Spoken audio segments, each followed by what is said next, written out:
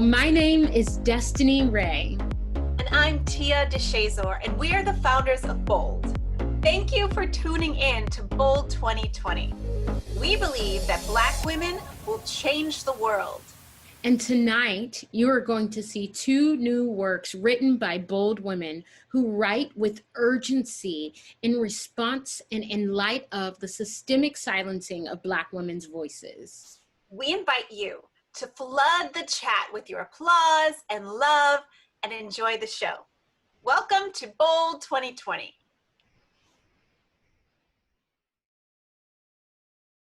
Hi, I'm Chanel Carroll, and this is Choices.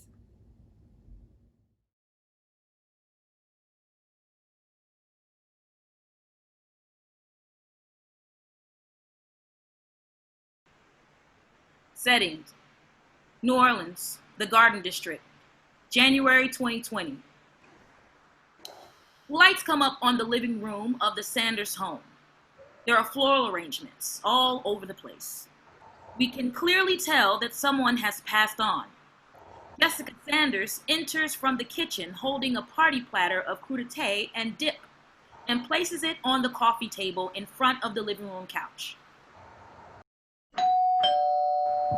Just a minute. Don't you have keys? Oh, I'm sorry. Can you not see that I'm holding this big ass cake? Besides, what are you doing that's so important that you couldn't come and answer the door for me? Checking on the ranch to crudité ratio? Ha ha, very funny. Put that over there, please. Why are you so stressed out? She won't be here for another 13 minutes. 10 minutes? Neva, she's coming at 10:27 a.m., not 10:37 a.m. She'll be here in 3 minutes. Well, how did I mess that up? That's a good thing I got here with the cake when I did then, right? Oh, come on, Jess, crack a smile. It's gonna be okay. We just saw her the other day. At her funeral, Neva? And what a beautiful homegoing it was. Everything went perfectly except for when Miss St. John insisted on joining the second line. She knows she got bad knees. It took us forever to get down Magazine Street. Look, I know we just saw her, but that was different. We're about to see our mother, who is now dead, here in our living room of our childhood home. Doesn't any part of that make you nervous or freak the fuck out? Not really. Mama's been talking about this day for years. None of this is a surprise. She walked us through everything that was going to happen. Jessica's phone alarm starts to go off. The lights in the living room flicker on and off.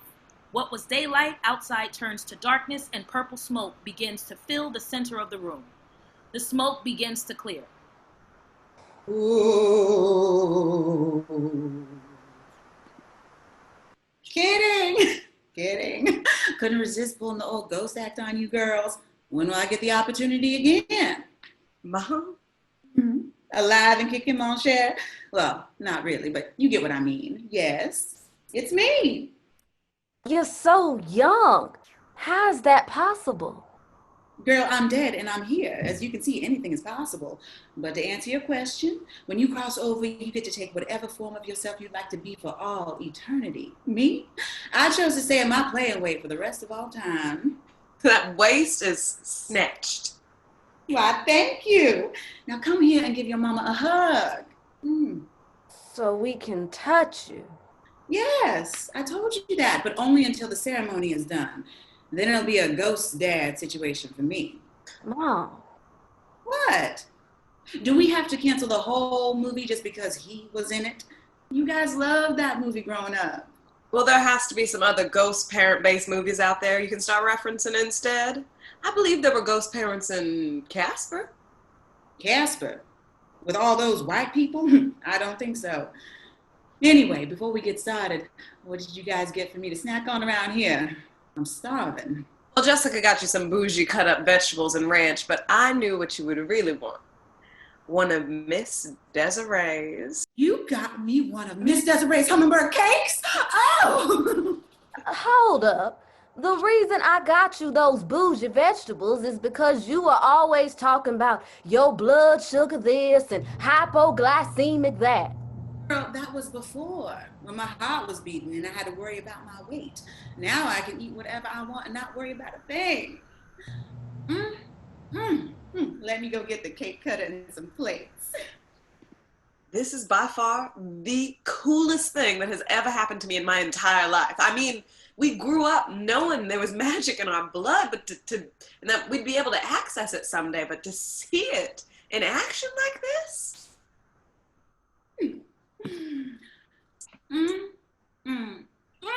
Yeah, I don't know how Miss Desiree is walking because she surely put both her feet in this cake. Y'all better cut you a piece because since these calories don't count for me anymore, I can and I will eat the whole thing. As much as we would love to sit and watch you do that, Mama, can we start talking about the ceremony and what's gonna happen? Right. Look at me carrying on and we don't have much time. Sorry, my love. I'm just so happy to be at home with my girls and feel like my healthy young self again. It's so crazy to think about all the magic that runs in our family's blood, but none of it could stop a silly old thing like cancer. Can't use your powers to stop natural death. Yeah, couldn't use them to save your daddy. Couldn't use them to save myself. But at least something good gets to come out of this. My death means that you both get to finally step into your powers, if you want them. Wait, what do you mean if we want them? You never told us that. Yeah, I thought it always went with the death of any woman in the Porter line awakens the power of her female offspring or next female blood relative. Oh, look at you quoting family history. Yes, that's all true. But I always left out the part that says that you can choose. For good reason. What do you mean? The choice that you make, either way, comes with a consequence. If you choose to carry on the Porter legacy, you accept your destiny and waken the magic that lies dormant in your blood until now. If you don't accept your destiny, I don't know what the consequences are going to be, but I can tell you that the last time a Porter woman didn't accept her destiny was 1918. A lot of people died as a result. I bet my great aunt Josephine Porter regretted that decision until the day she died. Hold up. You're saying that Josephine Porter caused the Spanish flu of 1918 because she didn't want her magical powers? Look, baby, it is in the natural order of things for every living being to claim and step into their destiny. When that doesn't happen, everything gets shifted out of balance. Remember in The Lion King, after Mufasa died and Simba ran away from his destiny? What happened? Pride Rock was all dark and Scar and the hyenas were running amok. It wasn't until Simba came back and took his rightful place on that. Mom, why are you talking about a Disney movie right now? Sorry. I just love that story. Anyway, for us people with magical abilities and magic in our blood, that shift is tenfold if we don't claim our birthright. It's like the universe sees that as a slap in the face and in turn slaps us and everybody else right back. Okay, so unless we're going to be responsible for mass death, we have no choice but to accept our powers. Gotcha. I don't believe that. What? I don't believe that Great Aunt Josephine's refusal of her powers could have possibly brought the Spanish flu. It's just not possible. Do you know how many factors were at play for the virus to spread the way that it did? Yeah, and it seems pretty supernatural to me. No, it just seems like the old traditional way very infectious diseases spread from person to person. You have no proof that was the catalyst. Proof? Mon cher, the proof is in my blood. Every woman in our family line can feel, just like I can feel, what happens when destiny is ignored. You'll be able to feel it too the moment you step into your birthright and awaken your powers. Let's talk about that. So the moment the ceremony is complete, how will we know what our powers are? Can't you just tell us? Oh, no, sweetie. I don't know what your powers are going to be. Just like I don't know what mine were going to be until I got them. But I can tell you that the second the ceremony is over, you will know what they are. The second my grandmother had completed my ceremony, I just knew that I had the power to conjure things. I knew it like I knew I could breathe or I could blink my eyes. But you you might have the power to control the elements. And you, Jesse, you might have the power to teleport. I have always wanted to be able to teleport. Tea in London, bam, I'm there. Running up the bulls, bam, I'm in and I'm out before I get trampled. And that's another thing. We don't even know what kind of powers we'll end up with. What if my power ends up turning me into some demon-looking creature? That's the most ridiculous thing I've ever heard, Jess. A demon? That's not the type of magic that's in us. Now, you might have to worry about turning into a demon if you don't accept your powers. No one is getting turned into a demon. Jessica, I promise you, whatever your powers end up being, it will feel as warm and comforting to you as slipping under a cozy blanket on a cold night. But if you don't accept your power, you're not going to turn into a demon. But I'm not going to lie to you and tell you that something bad is not going to happen. You can't just step outside the natural order of things and not expect the scales to shift as a result. Hey, enough of the negative what ifs. Let's talk about what is, as in what is going to happen. Oh my, we don't have much time. Okay, here's what's going to happen. Jessica, did you gather all the objects I told you to? Yes, they're on the coffee table. Next to the crudité she didn't want. Good. Come close to me. Each of you stand on one side of me. Marie picks up the bowl from the coffee table that holds the objects Jessica gathered. She hands Jessica a pillar candle, Geneva a bundle of sage, and she herself holds a bell. She lights Jessica's candle with a match that was in the bowl and places the bowl back on the table.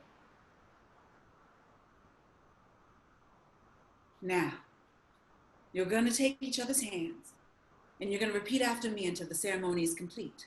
Once you both have your powers, you won't see me anymore. I'll be back on the other side. Will we see you again before we, Oh, I'll be around, sweetie. I'll pop in here and there from time to time, but only when you really need me. And who knows, maybe one of you will become a medium with your newfound power, and then you can chat with me whenever you want. Now, let's begin. Oh, and one more thing. There's going to be more of that light flickering from before, but don't worry about it. Now, repeat after me. Hear us, spirits from beyond the grave and those yet to come. hear us, spirits from beyond the grave and those yet to come. Blood of our blood, come to this altar when you hear the call. Blood of our blood, come to the altar when you hear the call. When the bell chimes 3, awaken the power that lies within. From mother to daughter, let the energy never end. When the bell chimes 3, awaken the power that lies within. From mother to daughter, let the... Wait. I don't want to do this. I don't know if I can do this. Yes. Sweetie, you only get one shot at this. We're in the middle of the ceremony. It cannot be stopped and the bond cannot be broken. Do not let go of my hand. Now, we don't have much time, mon cher. The other side is calling me back. But I don't know if I want this. I do. When the bell chimes 3, awaken the power that lies within. From mother to daughter, let the energy never end. Geneva grabs the bell from her mother's hand and rings it 3 times. We see a surge of energy flush through Geneva's body. She hands the bell back to Marie.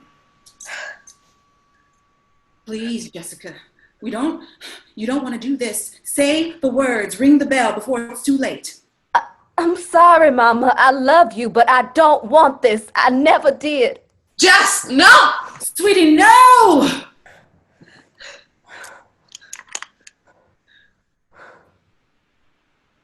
Mama?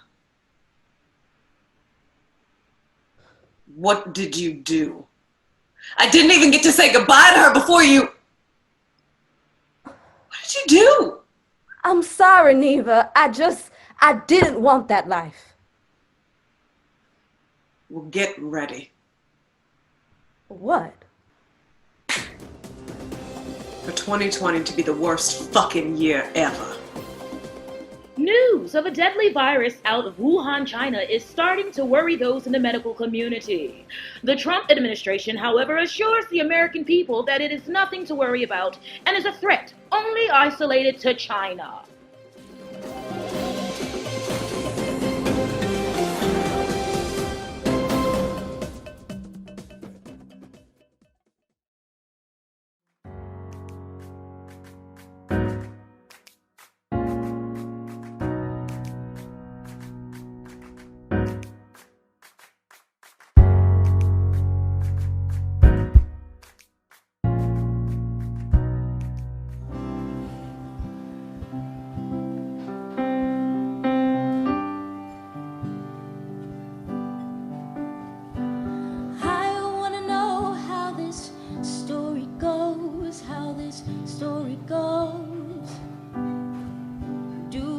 continuously roll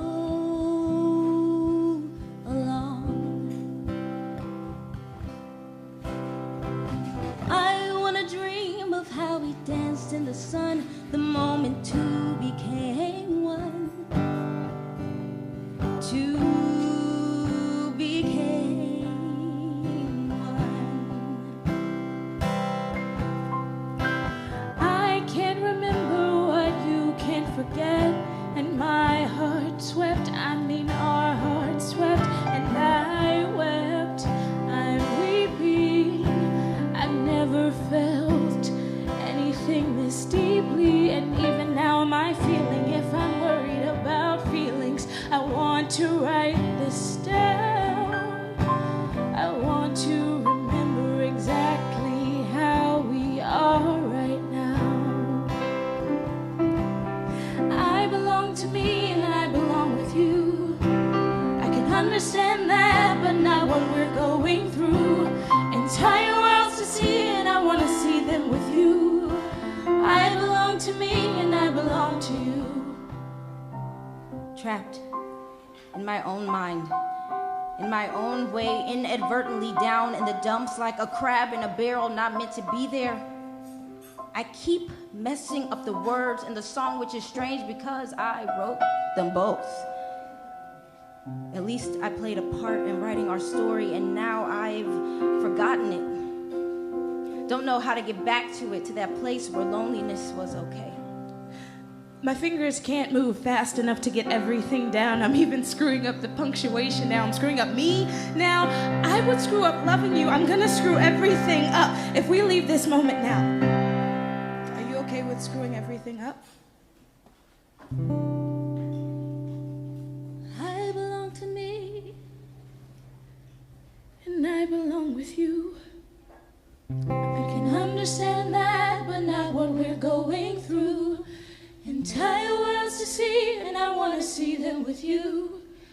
I belong to me, and I belong with you. I belong to me, and I belong with you. I can understand that, but not what we're going through. Entire worlds to see, and I want to see them with you. I belong to me, and I belong with you.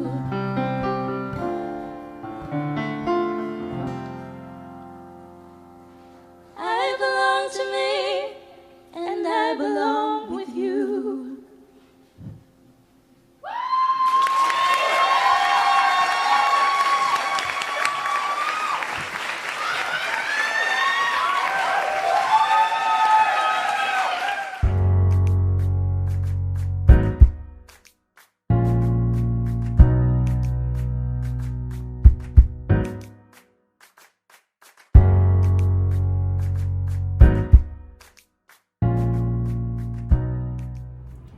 Hello family, my name is Lakhiyia Hicks and I am both the writer and performer for the Sermon I Wish I'd Heard.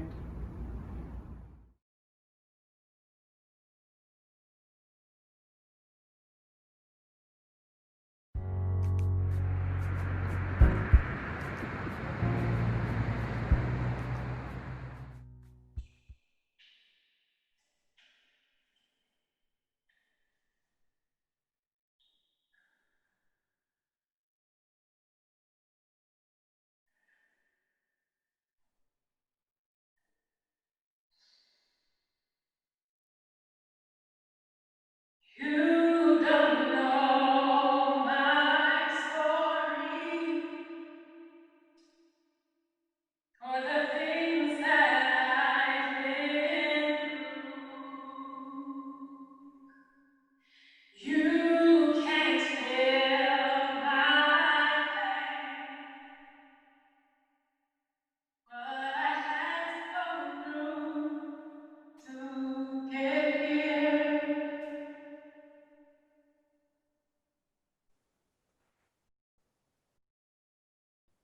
1994, 6 years old, sitting crisscross applesauce on new shimmery green carpet, watching The Lion King. So golden, like perfectly golden. Big paws, funny, sassy, and confident. And you can sing? Potential first crush. Nala. I know, Lakhiyia, she's a cartoon, an animated character. But she had a very likable personality. Such was the beginning to a Black queer identity blossomed only in solitary resiliency. Because the traditional Black Baptist church grounds on which I fell unforgivably short were rife with immovable surface tree roots that tripped progress at my every step. Judging like a screeching car brake sound and a flashing red stoplight sign, see my spirit heard, "Don't like girls, Lakhiyia." So I didn't. At least I tried not to. Prayer, scripture, meditation, prayer, scripture, meditation, prayer, meditation, scripture, prayer, meditation. No questions. No one can know. No one can know about this. Prayer, scripture, meditation. God, please fix me. God, please fix me. God, please fix me.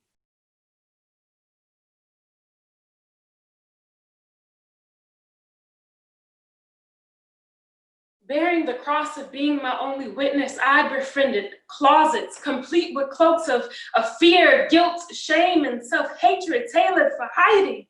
See, I hid myself even from myself until my body revolted with pimples, like constant illness and frustration at the sight of someone to whom I was attracted.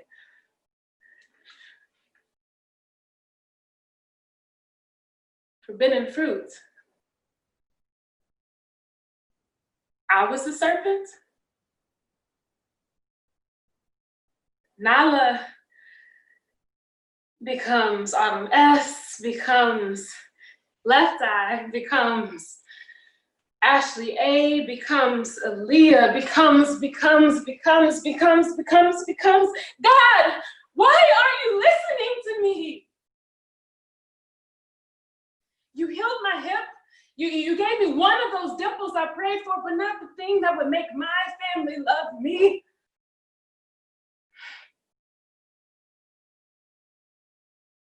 Unanswered prayers, self-assassinating scriptures, distracted meditation, pastors' sermons piercing my innocence like bullets. So taking matters into adolescent hands, I try to make this bad girl less bad by being hella good at everything else. See, Superwoman. I excelled in academics, in athletics, and kindness, and community service, appearance, and academics, athletics, kindness, community service, academics, athletics, kindness, community service.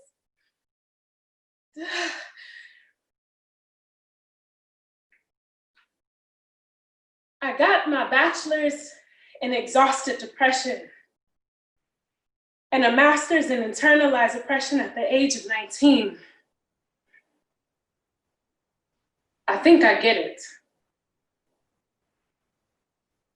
My life isn't worth living. Growing up, I wish I'd heard this sermon.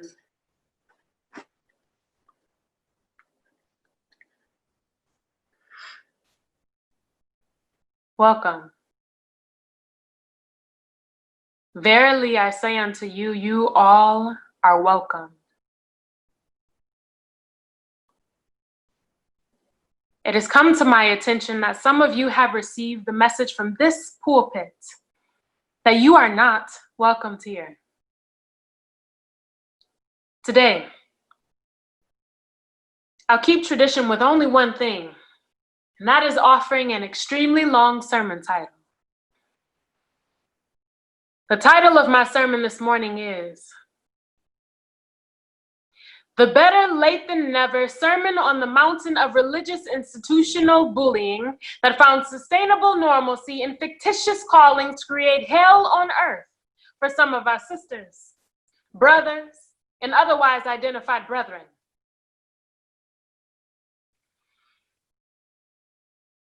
This is an apology. One of many necessary apologies for the outright bi, trans, pan, and homophobia in the church. This is an apology.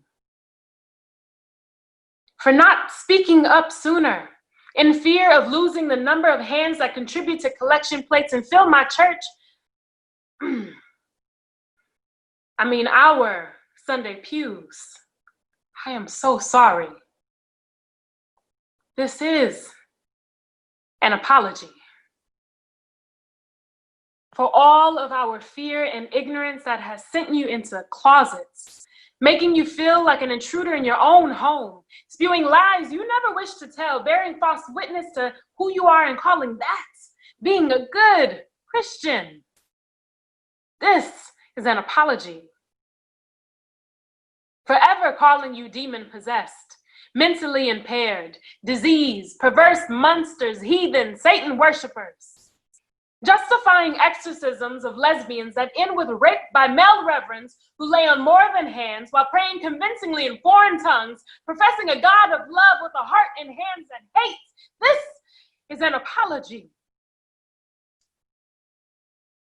Forever saying, I just hate the sin, not the sinner, as if that was solidarity.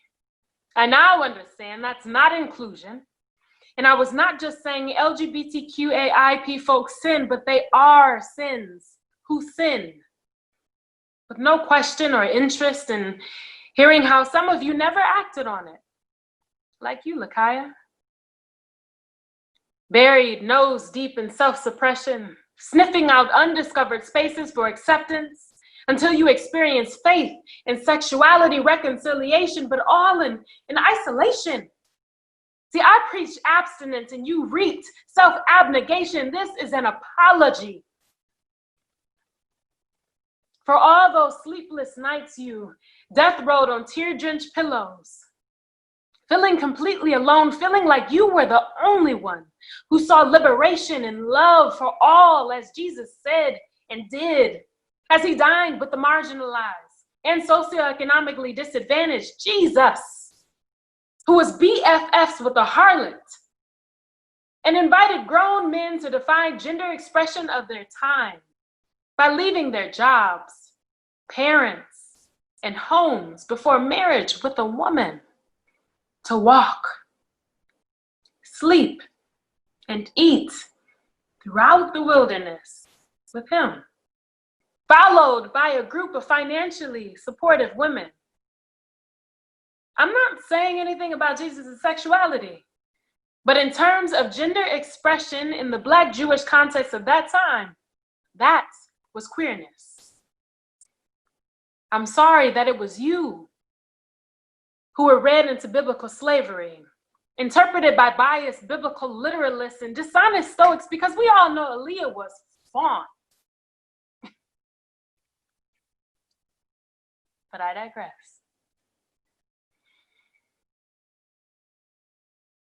Today I'll offer clarification. When scripture said we are beautifully and wonderfully made, it was talking about you, beloved. When scripture said we are above and not beneath, we are the head and not the tail, a true friend of God, it was talking about you. When scripture says no one can separate us from the love of God, it was talking about you. So this morning, let us celebrate our differences as divinely orchestrated, intentionally created portraits of all of our humanness, separate from nothing. This is a celebration, a homecoming, a re-birthday party. To all of my brethren, come out of the shadows, exit the margins of our good grace, and enter into the wholeness of a co-created home place. I welcome you on today to bless us with your presence. Jumpstart the revolution of slicing Black and white binaries into blooming onions, coaxing, cultivating precipitation from eyes in awe of the beauty of the brightest, multifaceted gray ever seen. streaming liberating lasers of neons, pinks, blues, yellows, fuchsias, violets, oranges, colors yet to be seen in every direction. There is nothing to follow or chase here. You are the jackpot of gold, and yours are the luckiest seats in the rainbow. This is a reassuring promise after the storm thee. No worries, I got this after the self-doubt thee. I am not a mistake after the shame thee. Self-compassion after the long-awaited apology thee.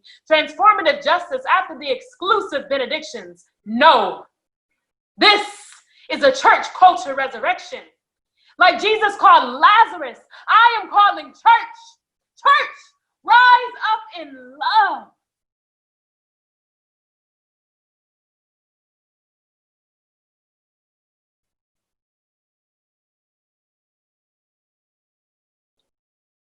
Let us pray. Breaking tradition once again.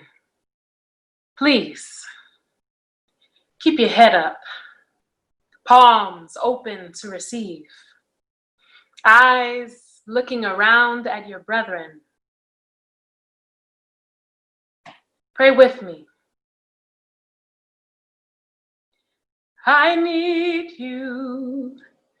You need me. We're all a part of God's body.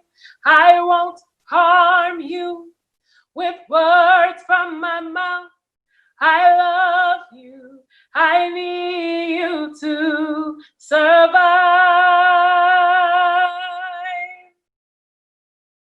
Amen. Amen. Amen.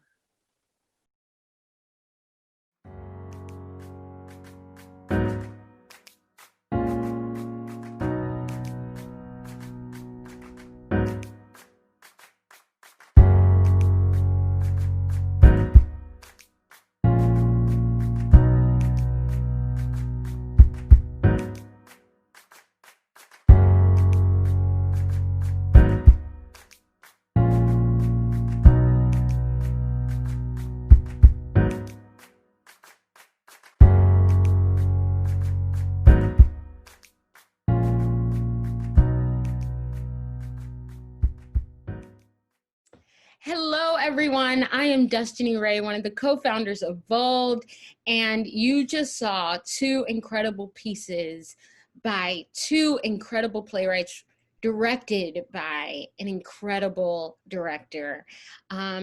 Let's go. Let's get to know these incredible folk. I will start. I am Destiny Ray, daughter of Wander McGinnis, daughter of Pauline Rebecca Maxwell, daughter of Jesse Edwards. I am an incredibly bold woman who stands for other bold Black women. Who are you, Lakhiyia? I love your introduction. Yeah, I love that it wasn't like the traditional, this is what I do at work, you know?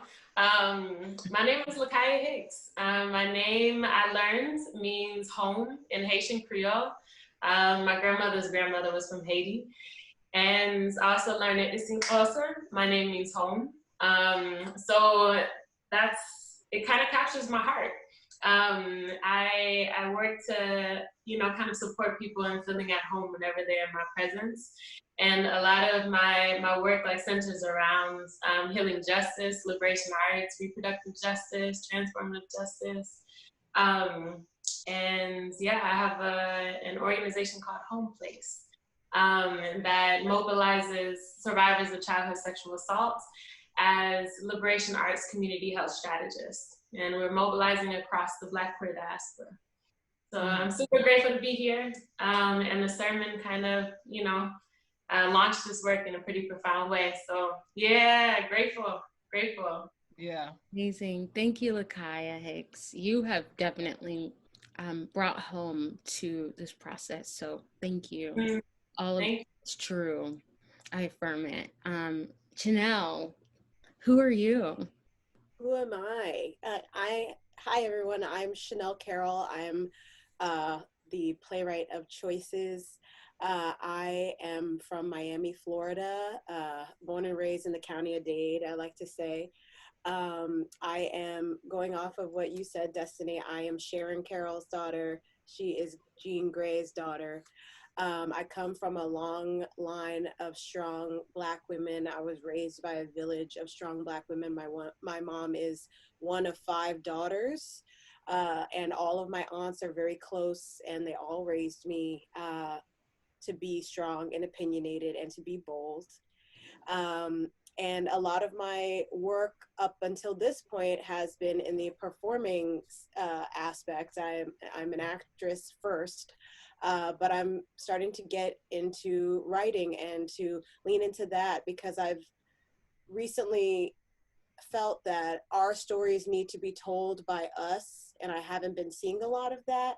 And different stories too. It's not just one Black story. We've been hearing a lot, we are not a monolith, and that's so true. And I feel, especially for Black women, all of our different stories need to be told. And so I'm taking up that mantle along with all of the other lovely ladies that are a part of this short play festival to do that and to spread joy. Joy is a big part of who I am. I love to make people laugh. I love to bring happiness and joy. And so I always try to put that in any work of mine, whether I'm acting or whether I'm writing.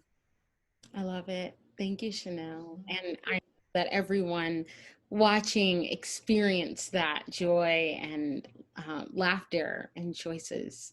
Thank you. Bianca LaVerne Jones, who are you? I am a director, actress, multi-hyphenated artist. My name is Bianca LaVerne Jones, and I'm the daughter of Carolyn Taretha Williams, who's the daughter of Lily Taretha Blue, who's the daughter of Lily Blue. And just because I have to honor my dad's side, because Georgia Jones was a beast. So I'm also the granddaughter of Georgia Jones, and the great-granddaughter of Ellen Frank Austin, who were all Dr. Georgia and Dr. Ellen. And for that time, that was really something, and that's a legacy I carry. And I've had a ball decolonizing the rehearsal process and how we communicate with artists, because in Lakhiyya's situation, I directed both of these works, Sermon and Choices, and for Lakhiyia, it was a whole different experience working as someone who is helping to decolonize how we tell this story, especially since this is a voice that has been stifled and oppressed on top of being Black and on top of all the other things we gotta get through. And so, Lakhiyia, just when I heard you say home, I'm like, that's so appropriate that you're saying. I'm like, that's so appropriate. I get that. And then working with Chanel, who I've acted with, is in my reel. Yeah. In my acting, who is currently presently in my acting reel. It is a pleasure to work with you also to get this, to decolonize and really be able to call a thing and call you the griot that you are. So, yeah, that's who I am. I'm here to illuminate everybody around me. I love that. I love that so much. Both of your pieces are so distinct, and the voices of these characters are so they're so important. Chanel, you said something in the rehearsals about why you chose to tell this story and the genre in which you tell it, that I think brought the story even more full circle for me and why it exists in this moment in time. Can you tell us more about that? Yeah, so I feel like, I know that for as long as everyone can remember, people have been trying to take Black people's power away from them. And in this case, in my story, I'm focusing on Black women, and I wanted to flip the script and to physically give Black women power, right? And like they have magical powers, but then they also just have a power in the choices that they make. And when you guys announced what the prompt was going to be, that it was just 2020, I was like, well, what would the world be like if Black women had the power to decide the fate of the world? Which I honestly believe that we do. A lot of Black women just don't know and haven't embraced that we actually do have that power. But what would this world be like if we actually had physical power to decide the fate of the world? And as far as the genre and like the supernatural realm in which I told it, you know, growing up, I am a huge fan of anything with like witches, like The Craft or Hocus Pocus or anything like that, Charmed, you know, and a lot of them always focused on the sisterhood of these witches. And the majority of the time, you know, like Black women were left out of that of that type of narrative, right? When we're talking about magic, it's for Black women, it's always like voodoo and like evil and like, you know, some woman like in a swamp cooking over like something, you know, and I'm like, that's not the type of magic that I want my characters to have. I want you to feel like you're watching an episode of Charmed, but with Black women, you know, and that it would just and the joy too of a lot of those stories that were told, like, you know, Hocus Pocus and like Sabrina, they all had joy, but they also just happened to have magical powers, and I wanted to make sure that that was an element of this story as well. I love that. We've experienced so much of that power throughout this whole festival, and your piece was so important because of that aspect of these Black women living their lives holding power and joy in both of their hands. And it just brings it's so it's just so beautiful. I'm grateful for it. Can I jump in with something? Yeah. I just wanted to say that, like, because each voice is different and special, with Chanel's voice, and I'm jumping all on your question, but with your voice, Chanel, I wanted to remind the actors who wrote this, right? So because we're used to being like boil, toil and trouble, you know, like over the cauldron and with the hoods and, you know, Black women seeming like being associated with voodoo immediately. And, you know, voodoo supposedly being bad. And that's, you objectively, right, you put that over there because we don't know whether it's good or bad. We've been told it's one thing. We have to make our own decision based on our experience. So it was just interesting that you pulled this really cool story in, right, with these women where we do have the fate of the world, and we do. If we're looking at Tamika Mallory and the LGBTQ community that are women that are leading the Black Lives Matter movement, we have to say, yes, we are, you know, and the vote will be on our backs come November 3rd again.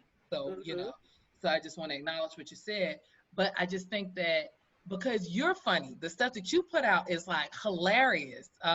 When you work with Eric and the work that you put out. So it's funny that it's about witches, or not witches, but is dealing with spells and the power, the magic power that Black women hold, but it's not necessarily coming from a place of like doom, doom, doom, doom, doom, you know, it's coming from a brighter place of Charmed, like that joy, pushing that joy forward, pushing that hope forward, pushing the grandness of being Black and being female forward.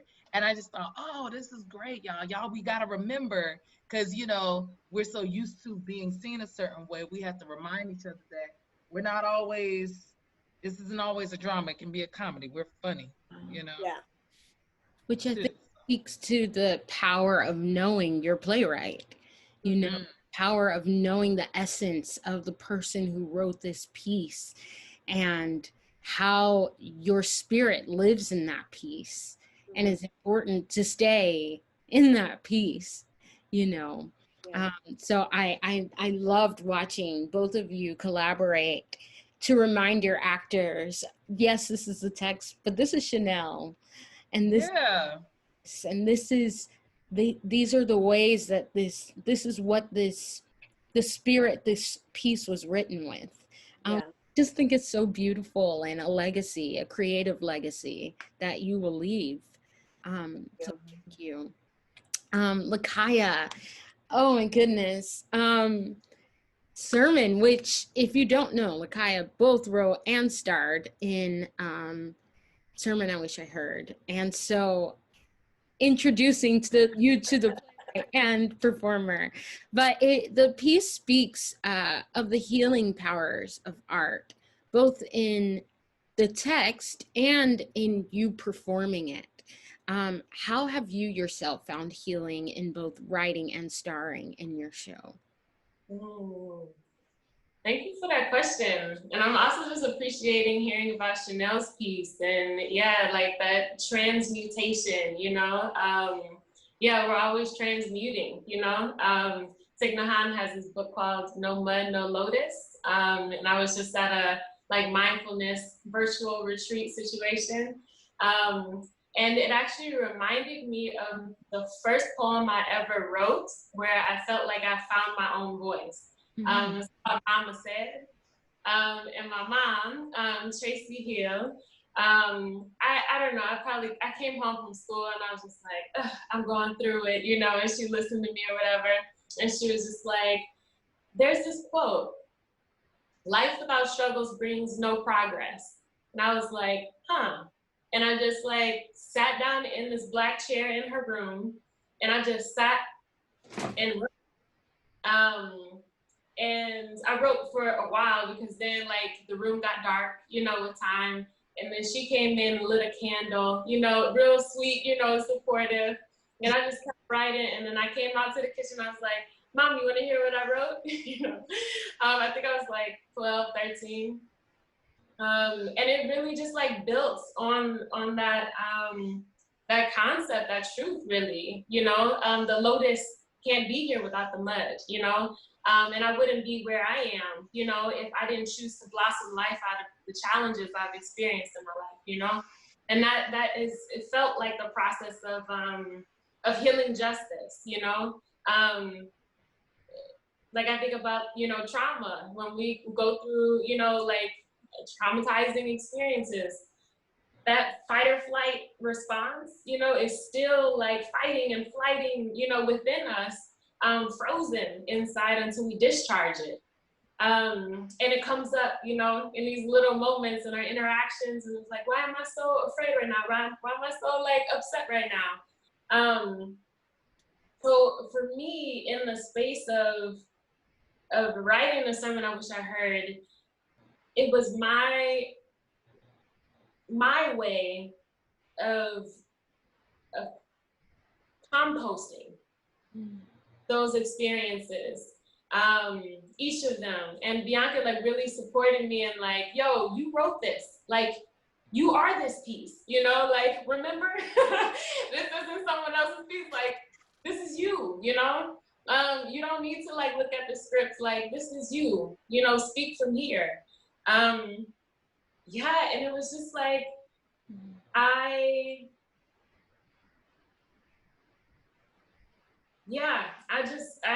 feel like art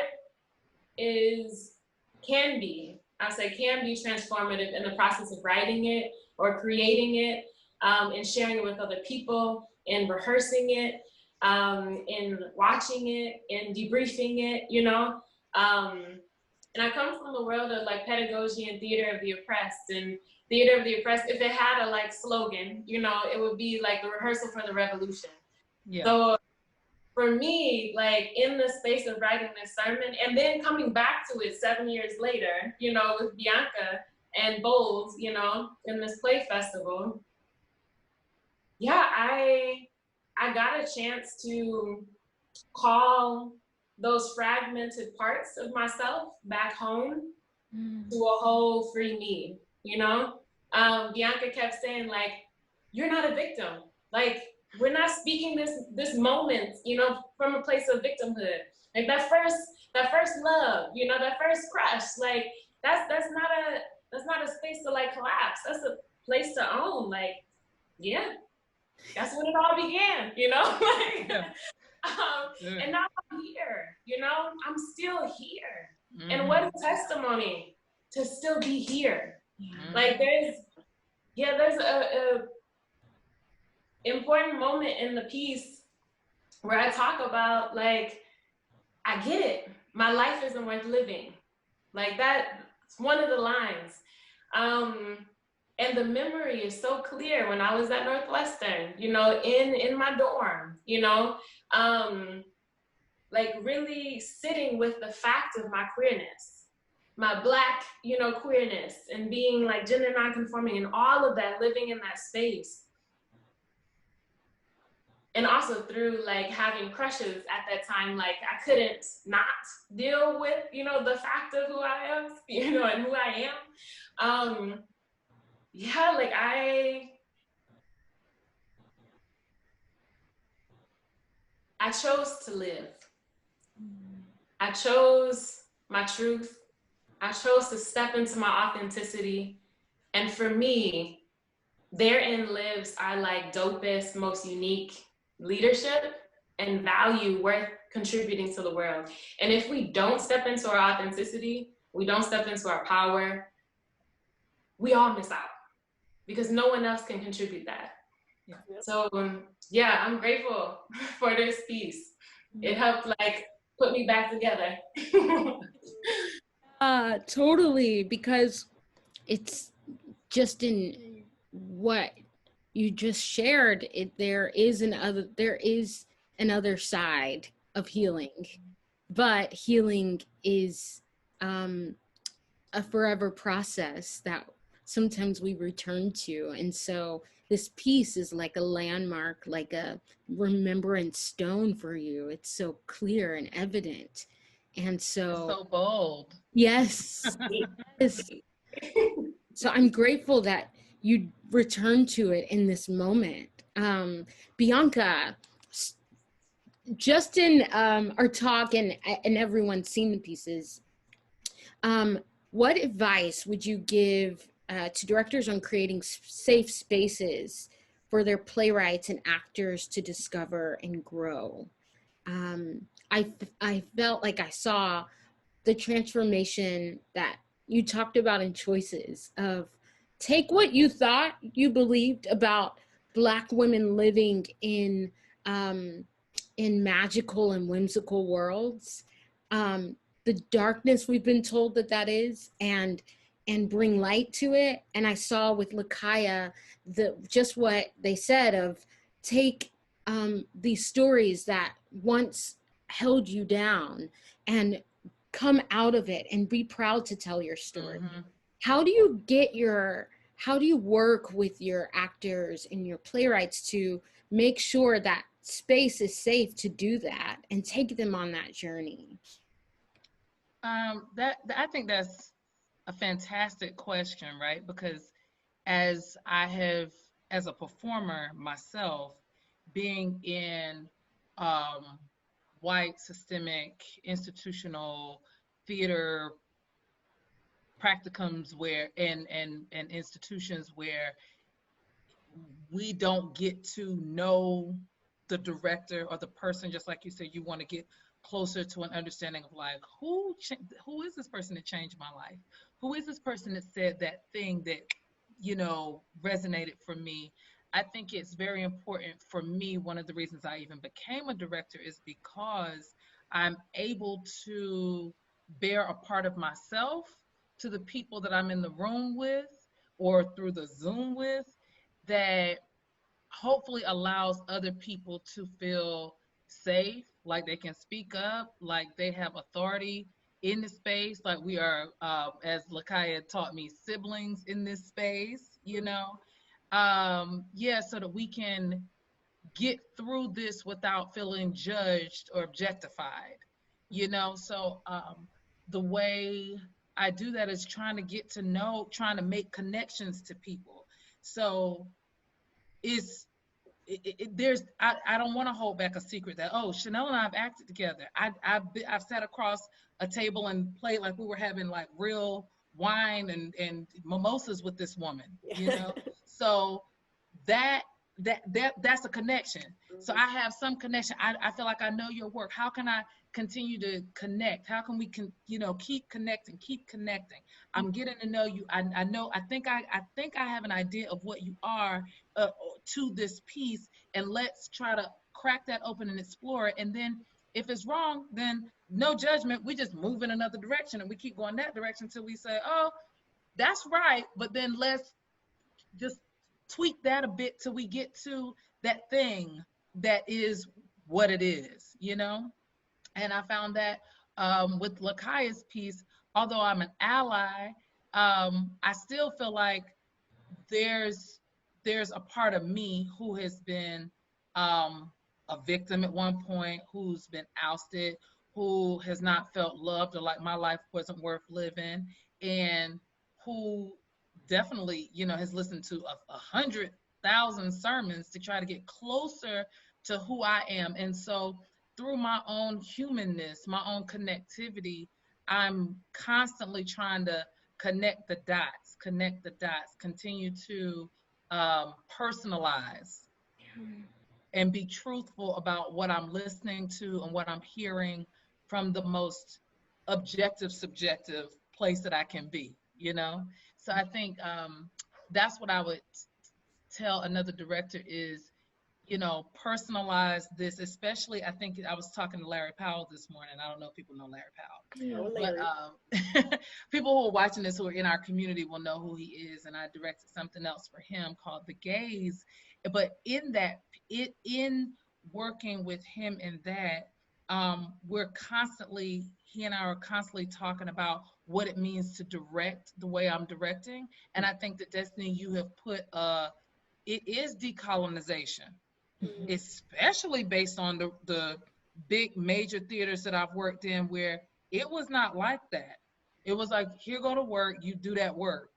And it feels master slave versus co-working together, co-creating together. It is very rare that, and I mean, it's no secret. And if any person who is non-Black or non-LGBTQ, who's watching this, who's been in a space like we've been in, it is not a secret that it feels master slave. Here's the thing, you do what I tell you to do. And you're like, okay, great. Our desire to be an idea of who it is we think we're supposed to be based on the imagery that we've been fed on television. We're trying to be that thing, but all of us ain't gonna be Halle Berry. It's only like 1% of us that's on television, that was on television at one point, but now it's changing in such a beautiful, amazing way. It's really cracking open, but I'm trying to create that space that I would want to be in. So yeah. And you do that. You really do. I've witnessed you just put on a hat that says, I'm here to learn with you. I'm here to direct you and guide you. And so I'm so grateful to have witnessed that. Yes. Tell us, I'm sure, Lakhiyia, there are going to be people who want to know the process of creating and performing in your own piece. How do you go about doing that? Yeah, that's so interesting. I feel like I'm learning as I'm going, making the road by walking it. So the sermon I wish I'd heard, I wrote it while I was teaching at UCLA. And I was like training, undergraduate, graduate students to train high school students in theater of the oppressed, specifically around sexual health education and, reproductive justice work and whatnot. We needed someone with like my voice due to my positionality as being a Black person, a queer person, gender nonconforming person, a female assigned at birth person, to share a story that the high school students that we were outreaching to could connect with, like, so they could see themselves in the piece. And in like Theater of the Press, it's all about like that decolonization of the theater space, right? And seeing the theater space as an educational space, like a green room for, you know, real life. And so when you talk about that master slave, you know, like binary, Bianca, I absolutely resonate. It's like, you know, the know-it-all teacher and the know-nothing student, you know? And so in Theater of the Oppressed, it's like, no, the folks like who are experiencing, you know, oppression, speak about their own experiences and then share that piece with the community and then invite people up who also share that experience, and they take the place of the protagonist and try to make the scene end differently. So in that context, they take the place of the protagonist, not the antagonist. So in the sermon I Wish I'd Heard, I deviated a little bit from the world of Theater of the Oppressed by becoming the antagonist, you know, becoming, you know, the pastor, speaking a sermon that I wish I'd heard growing up, you know? And it felt right for this piece because I do have the power to be that. And I guess through writing the piece, I am, you know, offering that, you know, to other people. Yeah, it's funny because I think we, in our like correspondence via email, it started to look like sermons I wish I heard. And I love that because I was like, yeah, like this could be a series, like other people can start creating their own sermons that they wish they heard, you know? And, you know, and I pray that that happens, you know? And so for me, I think it was just, you know, a need really to truth tell and to come whole, to come full, because we are. And yeah, and to deepen these truths so that they don't just live up here in my head, because I've done a lot of, you know, like studying and all that stuff and whatnot, but like letting it come down into the heart space, into the body, you know, really fill up the spirit, you know? And for me, movement, dance, singing, just, it supports that process of embodiment. Of truth and living from, you know, that fullness and from that place of joy, you know, like Chanel has been saying, like joy is what fuels, you know, it brings the liveliness, you know, to this thing called life that we keep choosing, you know, to do each morning, you know. So yeah, I think I'm learning as I go. I'm super grateful for folks in the position of like director, because it feels like having a compassionate witness, you know, to be with you. Even if in those moments that I'm talking about in the piece, when I was actually living them, I didn't have a witness, you know, like it's almost like I get to, yeah, kind of like re-experience that in a way that I would have wanted to. So I'm grateful for other folks who have, you know, come into this process with me. And that includes all of you and all the folks who are watching. Yeah, even if we don't get to speak directly, I feel the energy, you know? Yeah, so making a real about walking for sure. Hashtag sermons I wish I heard. Let's start. Let's get going. That would be amazing. Chanel, where would you, in a dream world, where would Choices live? Ooh.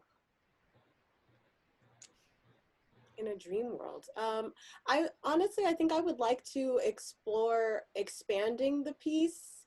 I touch on it a little bit about the Mother Marie and her husband Gene, you know, and their relationship. But I touch on like a great aunt in the past who caused this epic consequence in the world.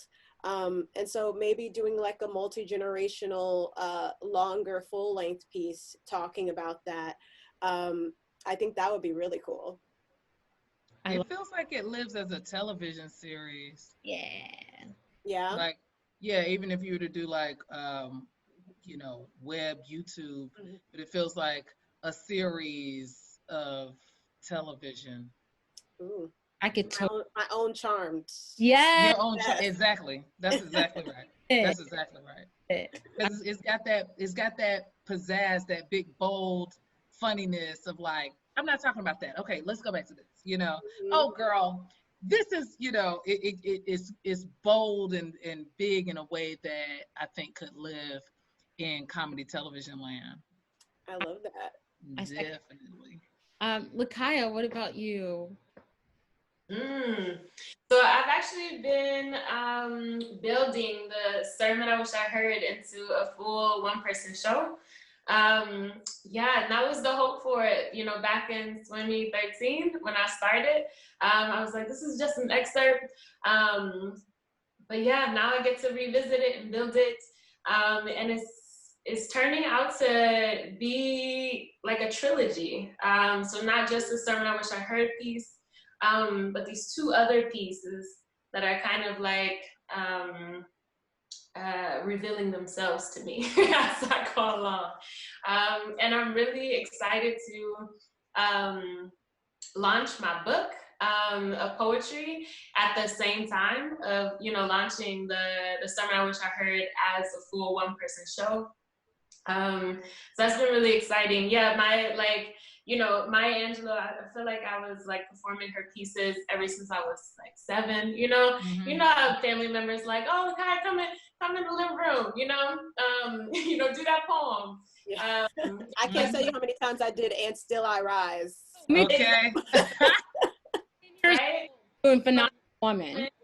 Yeah, exactly. Phenomenal Woman was mine. Yeah. Exactly.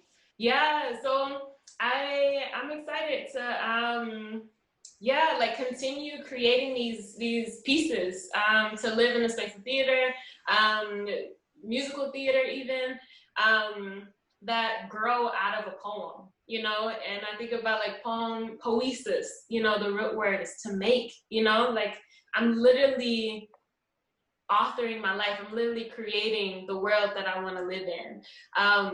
And not just me in isolation, but co-creating, you know, the life and the world I want to live in, that I actually consent to living in. So yeah, I'm excited to pull different folks into that process, you know, with me. So that I'm not just writing it, you know, solo. I love that. Starting with you, Bianca, where can we find you? Where can we follow your journey? So I'm at Bianca LaVerne Jones at everything, all the social medias. But also you can go to my website at biancalavernejones.com and see what I've done or see what I'm up to. I'm currently updated. It is updated right now, but I'm currently updating, and there's going to be some bold stuff on there, some gay stuff on there. It's going to be a lot of new good things to push me forward as a director as well as an actor. So please do. Bianca LaVerne Jones. Amazing. Chanel? Yes, on Instagram, you can find me at Chanel D. Carroll. On Twitter, you can find me on at I'm Chanel Carroll. And then I also have a website, chanelcarroll.com. And Lakhiyia? Yo, so I am virtually non-existent. Not on any of the social media platforms. I know exactly. All of my friends, family, like, what are you doing? I don't understand this. So I think Bold, this experience has been another invitation to actually get on social media. So that's in the making. But my website is lakhiyahicks.com. And yeah, I'm thinking Sermon I Wish I Heard would probably be what I'll go by on like Instagram and whatever. So yeah, I see some thumbs up. So I'll get on that this afternoon. How we can help. You all, thank you so much for being here, for making Bold 2020 happen. Your pieces mean the world to us, and we know that this is just a landmark spot in the journey of where they will go. Thank you as an audience for being here and committing to listening to Black women's stories. So grateful. And we know that your world was rocked because we're dope. So have an amazing one, and we'll see you next week, next Friday, 6 p.m. for 2 more pieces that are going to blow your mind. This is Destiny Ray with Bold, and we're out. Thank you again for tuning in. Over 40 Black women made tonight's viewing possible. That is bold. That is restorative. That is why Bold exists, to build up Black women in the performing arts for the restoration of culture. If you've been moved by tonight's work, make a bold move and donate by clicking the link in the description box.